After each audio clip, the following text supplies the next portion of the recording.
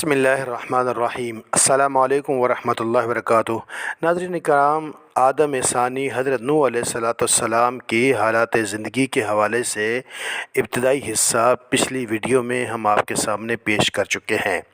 आज की इस वीडियो में हज़रत नूह अलैहिस्सलाम की ज़िंदगी के बकिया हिस्सा और उनकी कौम जो तबाह बर्बाद हुई और जिस अज़ाब का शिकार हुई उसकी तफसीलात इस वीडियो में आपके सामने पेश करेंगे। इस वीडियो में हम आपको बताएंगे कि हज़रत नूह अलैहिस्सलाम की कौम पर कब और कैसे और क्यों अज़ाब आया था।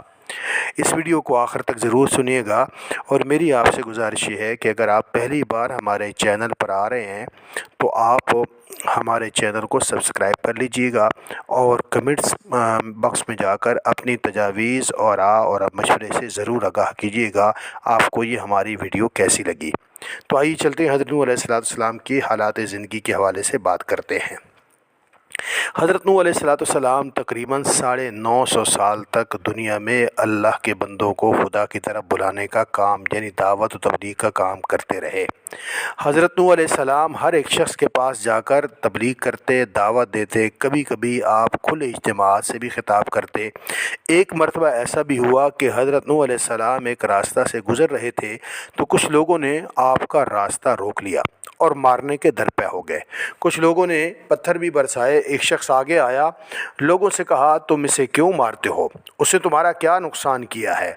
तो लोगों ने कहा ये हमारे बुतों के ख़िलाफ़ बातें करता है जबकि हम इन बुतों की पूजा करते हैं। एक और शख्स ने कहा कि ये कहता है कि मैं अल्लाह का नबी हूँ, अल्लाह ने मुझे लोगों की तरफ नबी बनाकर भेजा है। ये तो हम जैसा ही इंसान है, ये खाता पीता काम करता है, इसके पास कोई दौलत और माल भी नहीं है। खुदा को अगर नबी बनाना होता तो किसी सरदार और अमीर आदमी को नबी बनाता।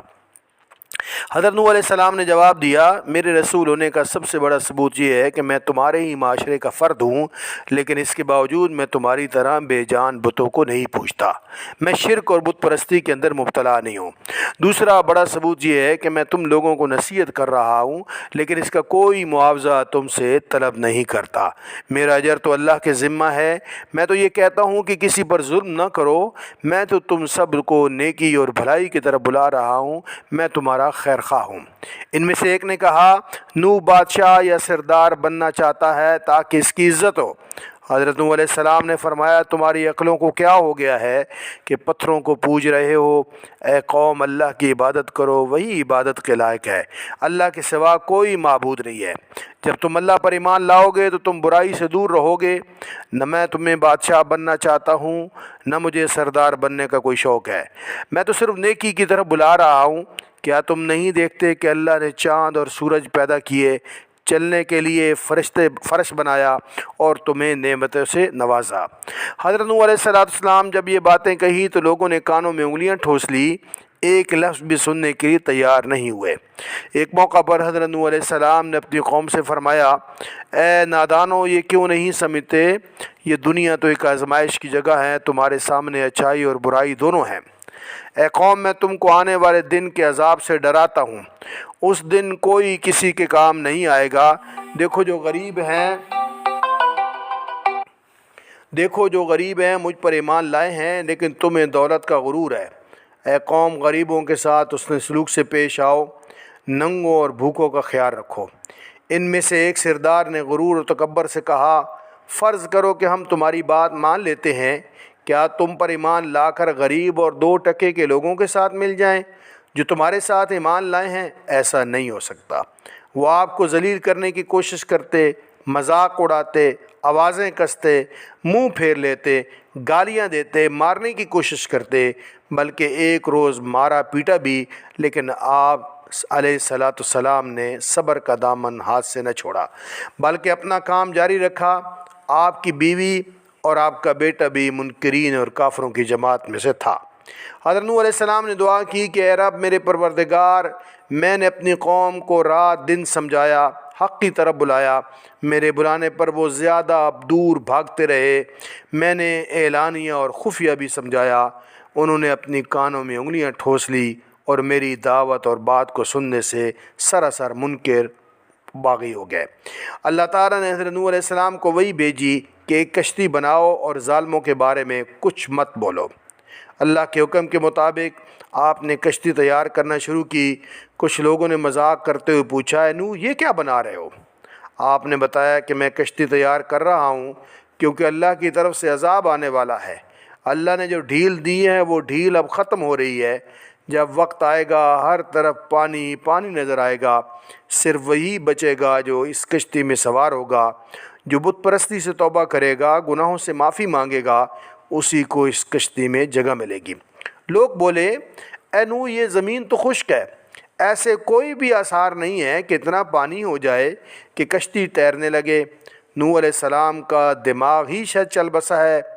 حضرت نوح علیہ السلام اس قسم کی باتوں سے بالکل مایوس ہو چکے اور اصلاح کی کوئی امید نہیں نظر آ رہی تھی۔ جب کشتی بن کر تیار ہو گئی تو لوگ کشتی میں غلاظت پھینک دیتے۔ کشتی میں کوئی ایسی جگہ نہ تھی جہاں لوگوں نے گندگی نہ پھینکی ہو۔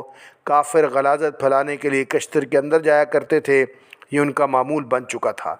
ایک مرتبہ ایک کوڑ کا مریض بھی اپنے ناپاک مقصد کے ساتھ کشتی کے اندر گیا۔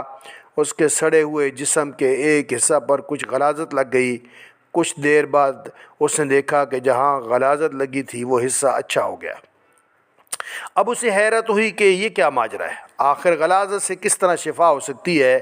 پھر وہ کشتی کے اندر داخل ہوا اور غلاظت پوری طرح سارے جسم پر مل لیا۔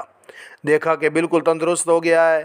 یہ بات کوڑ کے مریضوں کے اندر پھیل گئی تو سب نے کشتی کے اندر داخل ہو کر غلاظت ملنا شروع کر دیا۔ اس طرح پوری کشتی پاک اور صاف ہو گئی۔ حضرت نوح علیہ السلام نے اللہ تعالیٰ سے دعا کی کہ اے رب، لوگوں نے میرا کہنا نہیں مانا، ایسے شخصوں کی پیروی کی کہ جن کے مال اور اولاد نے ان کو زیادہ ہی نقصان پہنچایا۔ ان کافروں میں سے زمین پر ایک باشندہ بھی مت چھوڑ۔ اگر آپ ان کو روئے زمین پر رہنے دیں گے تو ان کی اولاد میں بھی کافر ہی پیدا ہوں گے۔ آپ علیہ السلام کی دعا قبول ہوئی۔ اللہ کا عذاب کا وقت آ گیا۔ گھر کے تندور سے پانی ابل پڑا۔ پانی کا ریلا تیزی سے بہنے لگا۔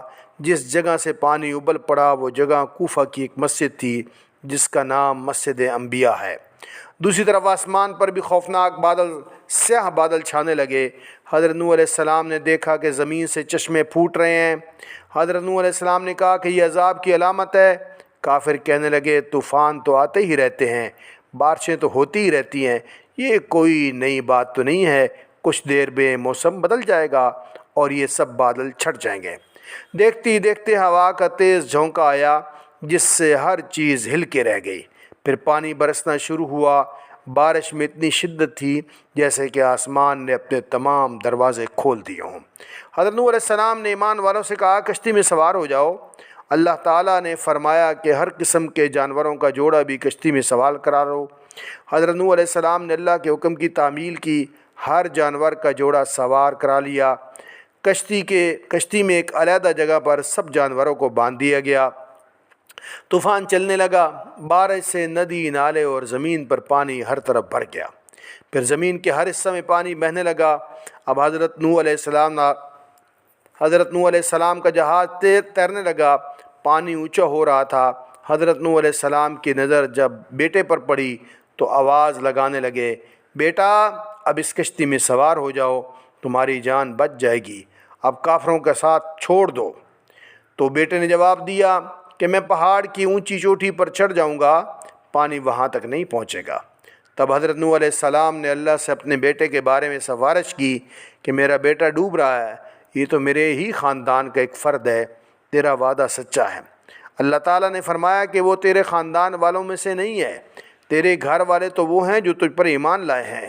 روایات کے مطابق بارش مسلسل 40 دن تک ہوتی رہی۔ جو کچھ زمین پر تھا سب ڈوب گیا۔ کافروں کا کام تمام ہوا۔